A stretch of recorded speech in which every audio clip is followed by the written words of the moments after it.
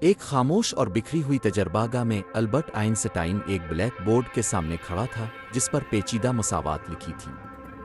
اس کی آنکھوں میں تجسس چمک رہا تھا۔ اس نے اینک سیدھی کی اور تانبے کے کنڈلیوں اور جگمگاتی ٹیوبوں سے بنی ایک عجیب سی مشین کی طرف رخ کیا۔ وہ احتیاط سے تاروں کو جوڑ رہا تھا، آلات کو ترتیب دے رہا تھا۔ سوال واضح تھا، کیا واقعی وقت موڑ سکتا ہے؟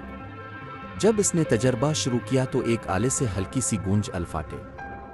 ایک دھاتی گولا اس نے مائع سے بھرے سلنڈر میں ڈالا اور بغور مشاہدہ کرنے لگا۔ ہر حرکت، ہر رد عمل اس کے نظریے کی تائید کر رہا تھا۔ پھر خاموشی چھا گئی۔ آئنسٹائن نے نتائج دیکھے اور ایک مسکراہٹ اس کے چہرے پر پھیل گئی۔ فتح کی نہیں، حیرت کی، کیونکہ وہ جان گیا تھا اس نے وقت اور کائنات کے رازوں میں ایک اور دروازہ کھول لیا ہے۔